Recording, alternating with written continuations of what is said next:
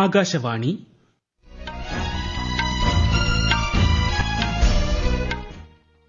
നമസ്കാരം. വാർത്തകൾ വായിക്കുന്നത് അരവിന്ദ്.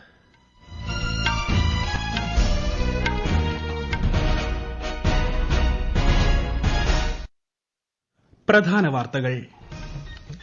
ദേശീയ യുവജന ദിനത്തിൽ സ്വാമി വിവേകാനന്ദന് ശ്രദ്ധാഞ്ജലി അർപ്പിച്ച് രാഷ്ട്രപതിയും ഉപരാഷ്ട്രപതിയും പ്രധാനമന്ത്രിയും ഉൾപ്പെടെയുള്ള പ്രമുഖർ. ന്യൂഡൽഹി ഭാരത് മണ്ഡപത്തിൽ നടത്തുന്ന വികസിത് ഭാരത് യുവ നേതൃസംഗമത്തിൽ പ്രധാനമന്ത്രി നരേന്ദ്രമോദി പങ്കെടുക്കുന്നു. രാജ്യത്തെ 3000-ഓളം യുവാക്കളുമായി പ്രധാനമന്ത്രി ഇന്ന് സംവദിക്കും. സ്പെയ്ഡെക്സ് പേടകങ്ങൾ ഏതാനും മീറ്റർ അകലത്തിൽ. ഡോക്കിംഗ് വിവരങ്ങൾ അവലോകനം ചെയ്ത ശേഷമെന്ന് ISRO.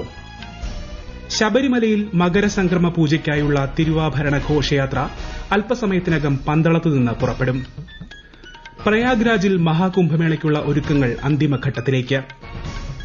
വനിതാ ഏകദിന ക്രിക്കറ്റ് പരമ്പരയിൽ അയർലൻഡിനെതിരായ രണ്ടാം മത്സരത്തിൽ ഇന്ത്യയുടെ ബാറ്റിംഗ് പുരോഗമിക്കുന്നു.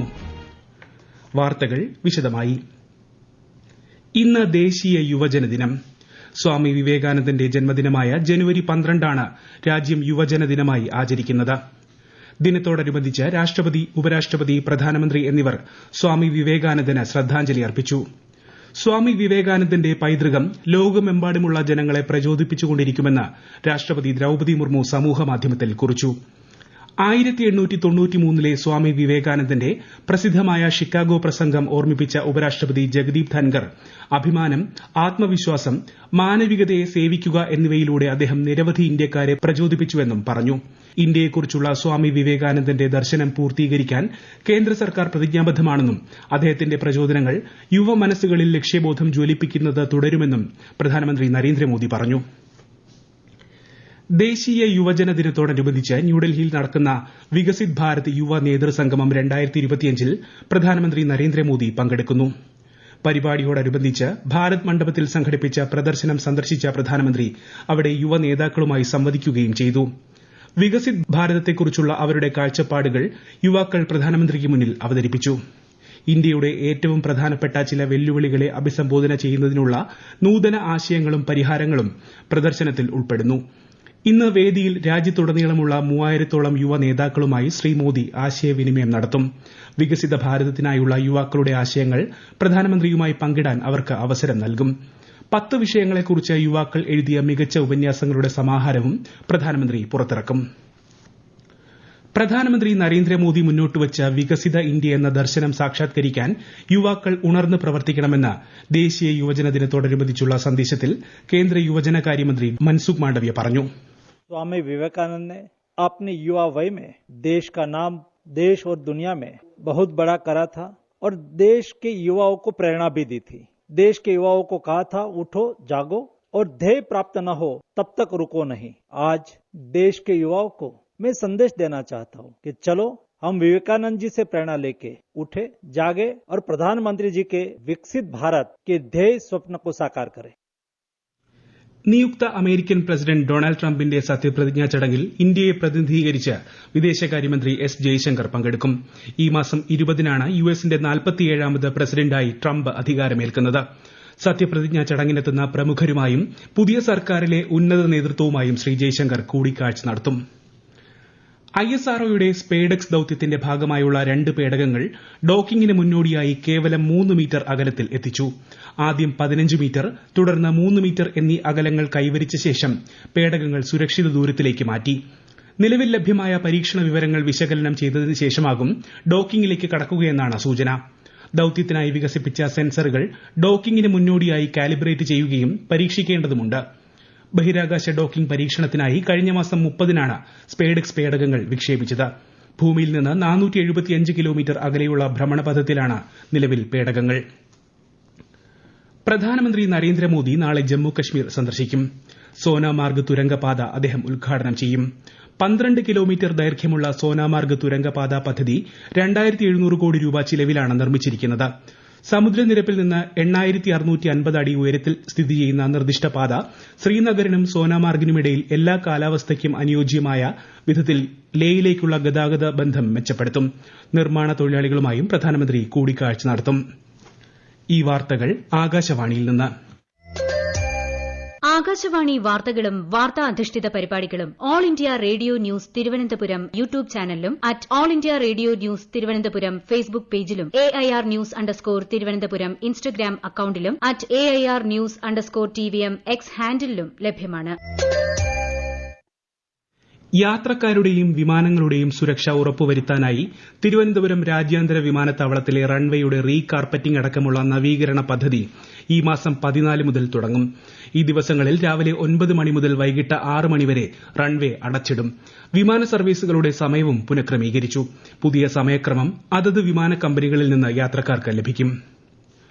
മകരസംക്രമ നാളിൽ അയ്യപ്പ വിഗ്രഹത്തിൽ ചാർത്താനുള്ള തിരുവാഭരണങ്ങളും വഹിച്ചുള്ള ഘോഷയാത്ര അല്പസമയത്തിനകം പന്തളം വലിയ കോഴിക്കൽ ധർമ്മശാസ്ത്ര ക്ഷേത്രത്തിൽ നിന്ന് പുറപ്പെടും. 14-ന് തിരുവാഭരണം ചാർത്തി മകരവിളക്ക് നടക്കും.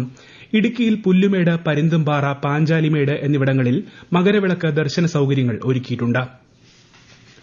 ഉത്തർപ്രദേശിലെ പ്രയാഗ്രാജിൽ മഹാകുംഭമേളയ്ക്കെത്തുന്ന തീർത്ഥാടകരെയും സഞ്ചാരികളെയും സ്വീകരിക്കാൻ ഒരുക്കങ്ങൾ അന്തിമഘട്ടത്തിലേക്ക്. നാളെയാണ് കുംഭമേളയ്ക്ക് തുടക്കമാവുക. തീർത്ഥാടകരുടെ സുരക്ഷ ഉറപ്പാക്കുന്നതിനുള്ള എല്ലാ ക്രമീകരണങ്ങളും ഒരുക്കിയിട്ടുണ്ട്.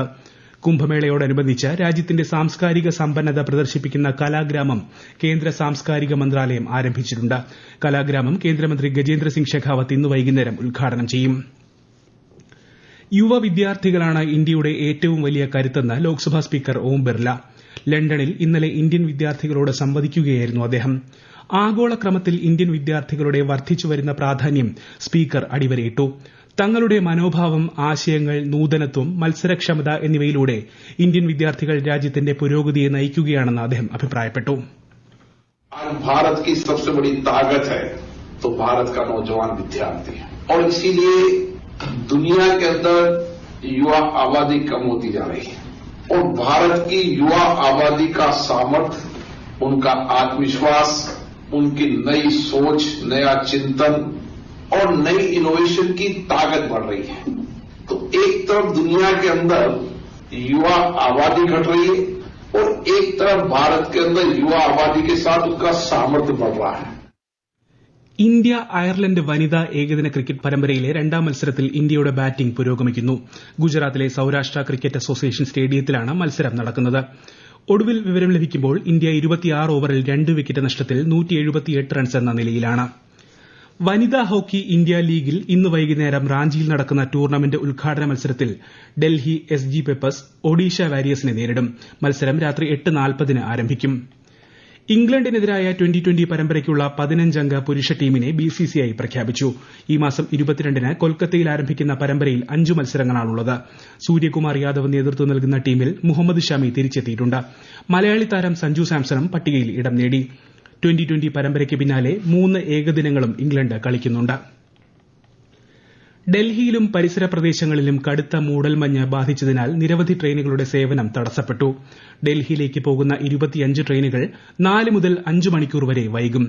യാത്രയ്ക്ക് മുൻപായി ട്രെയിനുകളുടെ ഏറ്റവും പുതിയ നില പരിശോധിക്കണമെന്ന് റെയിൽവേ നിർദ്ദേശിച്ചിട്ടുണ്ട്. രാജ്യത്തിന്റെ വടക്കൻ മേഖലകളിൽ കനത്ത മൂടൽമഞ്ഞ് തുടരുമെന്ന് കേന്ദ്ര കാലാവസ്ഥാ വകുപ്പ്. പഞ്ചാബ്, ഹരിയാന, ചണ്ഡീഗഡ് എന്നിവിടങ്ങളിൽ നാളെ വരെ ഈ സ്ഥിതി തുടരും. അസം, മേഘാലയ, ഒഡീഷ, സിക്കിം തുടങ്ങിയ സംസ്ഥാനങ്ങളിലും സമാനമായ കാലാവസ്ഥയാണ് പ്രതീക്ഷിക്കുന്നത്. അതേസമയം തമിഴ്നാട്, പുതുച്ചേരി തുടങ്ങിയിടങ്ങളിൽ ഇടിയോടുകൂടിയ ശക്തമായ മഴ ഉണ്ടാകുമെന്നും മുന്നറിയിപ്പുണ്ട്. അമേരിക്കയിലെ ലോസ് ഏഞ്ചൽസിലുണ്ടായ കാട്ടുതീയിൽ മരിച്ചവരുടെ എണ്ണം 16 ഉയർന്നു. നിലവിൽ 38,276 ഏക്കർ സ്ഥലത്തോളം തീ പടർന്നിട്ടുണ്ട്. 12,000-ലേറെ വീടുകളും കത്തിനശിച്ചു. തീപിടുത്തം തുടരുന്നതിനാൽ 1 ലക്ഷത്തിലധികം താമസക്കാരെ ഒഴിപ്പിക്കാനും നിർദ്ദേശമുണ്ട്. ഔദ്യോഗിക സ്ഥിതിവിവര കണക്കുകൾക്കായി ബിഗ് ഡേറ്റ, ഡേറ്റാ സയൻസ് ഉപയോഗം എന്നിവ സംബന്ധിച്ച ഐക്യരാഷ്ട്രസഭയുടെ വിദഗ്ധ സമിതിയിൽ ഇന്ത്യ അംഗമായി. ഈ രംഗത്തെ ആഗോള മാനദണ്ഡങ്ങൾ രൂപവൽക്കരിക്കുന്നതിൽ സമിതി അംഗമെന്ന നിലയിൽ ഇന്ത്യയ്ക്ക് നിർണായക സംഭാവന നൽകാൻ കഴിയും. പ്രധാന വാർത്തകൾ വീണ്ടും. ദേശീയ യുവജന ദിനത്തിൽ സ്വാമി വിവേകാനന്ദന് ശ്രദ്ധാഞ്ജലി അർപ്പിച്ച് രാഷ്ട്രപതിയും ഉപരാഷ്ട്രപതിയും പ്രധാനമന്ത്രിയും ഉൾപ്പെടെയുള്ള പ്രമുഖർ. ന്യൂഡൽഹി ഭാരത് മണ്ഡപത്തിൽ നടക്കുന്ന വികസിത് ഭാരത് യുവ നേതൃസംഗമത്തിൽ പ്രധാനമന്ത്രി നരേന്ദ്രമോദി പങ്കെടുക്കുന്നു. രാജ്യത്തെ 3000-ഓളം യുവാക്കളുമായി പ്രധാനമന്ത്രി ഇന്ന് സംവദിക്കും. സ്പെയ്ഡെക്സ് പേടകങ്ങൾ ഏതാനും മീറ്റർ അകലത്തിൽ. ഡോക്കിംഗ്, വിവരങ്ങൾ അവലോകനം ചെയ്ത ശേഷമെന്ന് ISRO. ശബരിമലയിൽ മകരസംക്രമ പൂജയ്ക്കായുള്ള തിരുവാഭരണ ഘോഷയാത്ര അല്പസമയത്തിനകം പന്തളത്തു നിന്ന് പുറപ്പെടും. പ്രയാഗ്രാജിൽ മഹാകുംഭമേളയ്ക്കുള്ള ഒരുക്കങ്ങൾ അന്തിമഘട്ടത്തിലേക്ക്. വനിതാ ഏകദിന ക്രിക്കറ്റ് പരമ്പരയിൽ അയർലൻഡിനെതിരായ രണ്ടാം മത്സരത്തിൽ ഇന്ത്യയുടെ ബാറ്റിംഗ് പുരോഗമിക്കുന്നു. വാർത്തകൾ കഴിഞ്ഞു. അടുത്ത വാർത്താ പ്രക്ഷേപണം വൈകിട്ട് 6:30.